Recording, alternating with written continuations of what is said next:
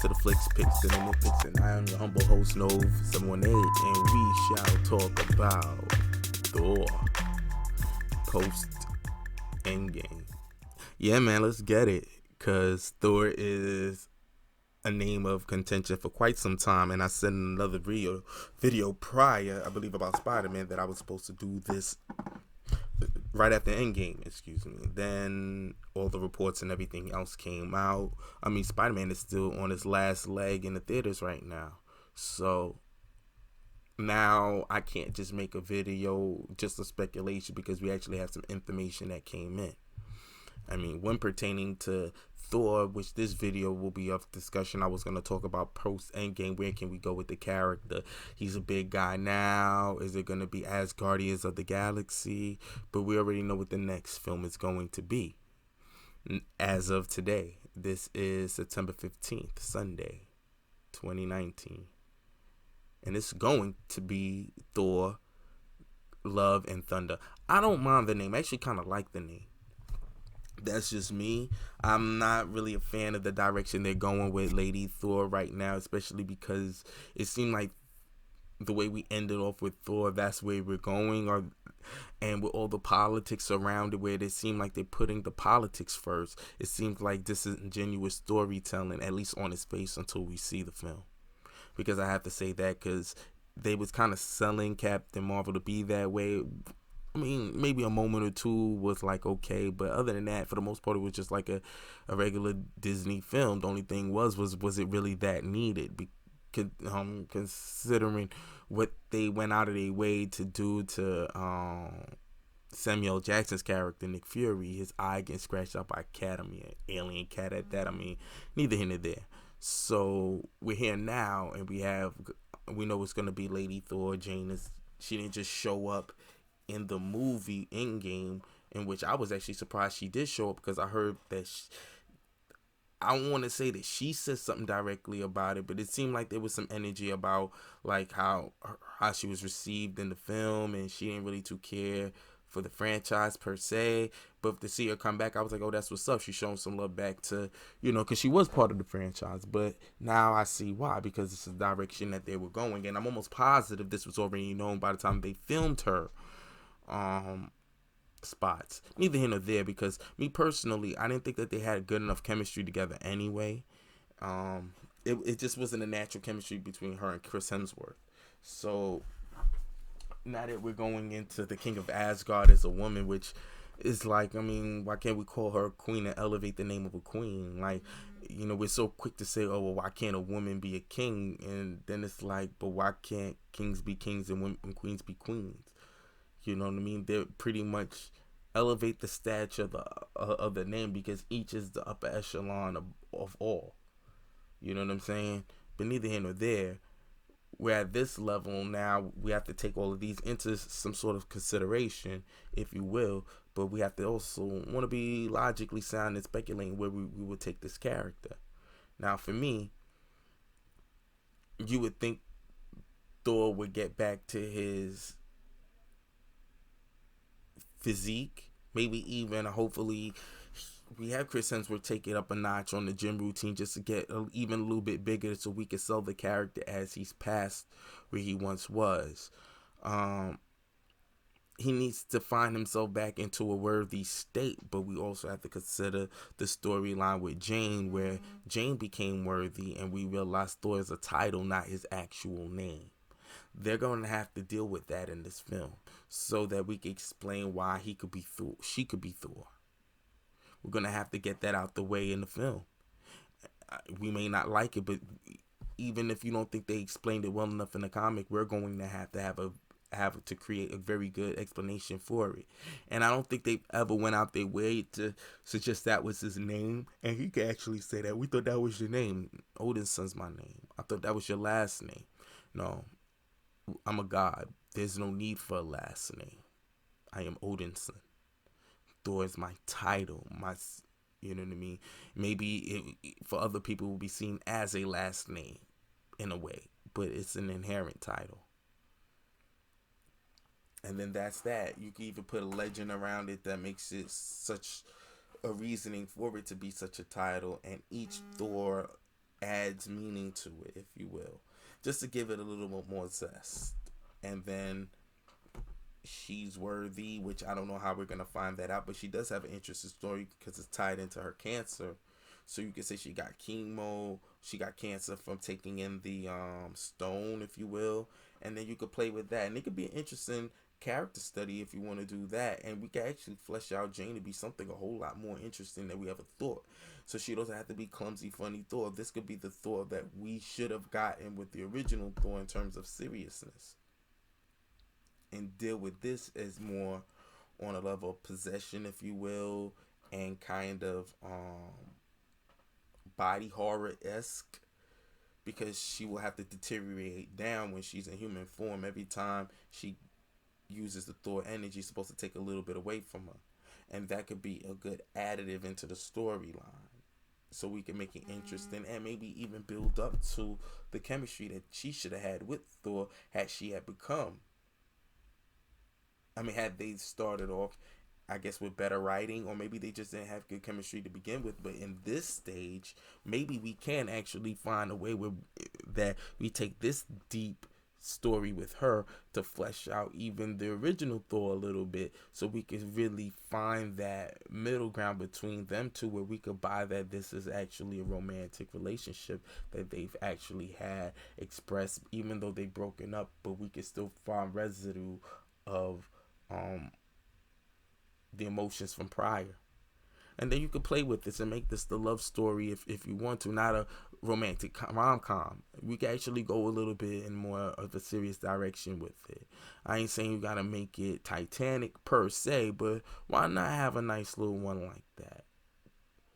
And you can still add in good fighting and good, but you can make that be its hallmark, if you will, wrap it up in a nice bow and give enough for each, so that it can almost feel like you're watching a date film, and you can still find a way in which that you could create that balance between the two. And I think that's the direction that you could go. An overarching theme, make it not so much a rom-com, but I will make it a dramatic, a romantic thriller, if you will. You know, we find out that the reason why she broke it off with Thor is because she was going through something. She was going through cancer, and then she found out where it came from, and she was mad with him because she felt like being part of his life, she could have saved it. She's in her feelings about it. Thor starts to feel even guilty about it when he finds out what it is, what she's been doing before she felt like she was actually going to die, and she, all the philanthropic things that she started to do. Maybe she starts a class with kids or something, something to the development, or even helping those people that went through those 5 years she was helping people. That now, as we get into this point of the game, she becomes worthy, and Thor deems her worthy, that just to save her life, that for some reason that she takes on the power and she becomes Lady Thor. He wanders away, and this is about her finding out who she is, being this superhero, and realizing that the only person that can help her is a guy that is afraid to even be around her. And then that could be the dynamic between the two, in which we could start fleshing out some very good character development between the two. We could get to know Jane on a different level. We find some people looking for Thor in surname. Now she has the hammer, and she has to fight them off. And we find out that Thor has to find his way back to her, because he realizes that he took the coward's way out and just walked away. Gave her the power but walked away because he knew it was going to come with a lot of burden, and he should have been there to stand with her through it. But he felt, because he felt ashamed and guilty because of the stone being in her and whatnot, and that causing it, that he didn't know how to face her. And he could really have deep moments about what happens when you can save the world but you can't save the one person in that world that matters to you most. And that could be a very interesting dynamic for him to evolve from and grow with her in that. And then maybe even if their relationship isn't like they come back together, maybe we realize that there may be something there, but they're not going to deal with it depending on how the end of the film is. Whether she remains Thor for another film or not will remain to be seen. But we actually have a good resolve in the fact that she is proud of who she's become. And she's thankful with Thor for assisting her and helping her get through everything and standing with her. And then we find out Thor is like, I'll always be with you. It's a complicated thing that we're dealing with together, but maybe in time we can grow to understand where we're at today, and then that could be the cusp of the film. Yes, you want to wrap it in good action. You want to have a very compelling villain that could actually be the reason to separate them and also be the reason to bring them. So you also want to have a possible villain playing interference in their relationship a little bit, enough to make you think that is it that person playing with them or is it them, and then we realize mostly that it's them, and where the villain comes in, that's just really so they can use that against them to keep confusion so they can achieve a higher plan. And you can surround it all around the mythos of the succession of the Thor title.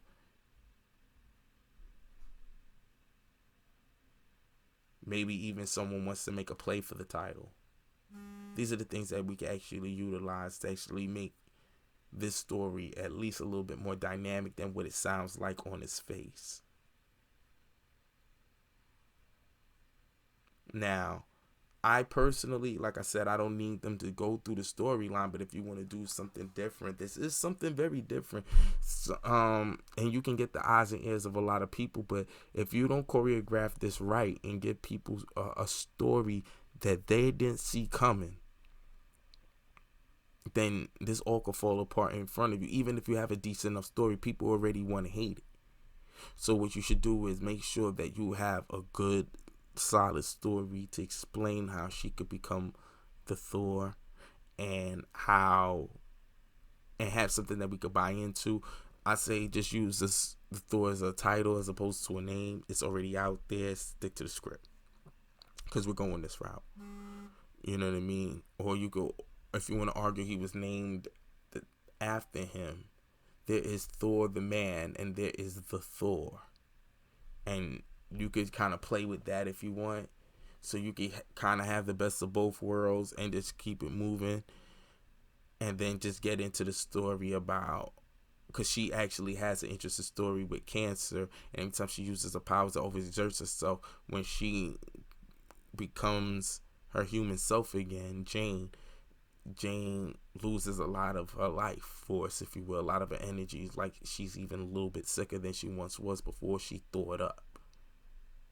And that's an interesting dynamic because she's basically risking her life to save everyone else. And if we say that she got the cancer somehow when she had one of the stones inside of her, it could be the reason why Thor might have passed his surname on to her and made it the title. And we can actually say that's what he did. He passed his name onto her and created it as a title in that moment. I am still Thor Odin's son. She will be the Thor. The title. And then he can go off and put himself into exile, if you will, for some time to figure out who he is, and then he could come back the Thor we always known and wrap this bad boy up in a bow.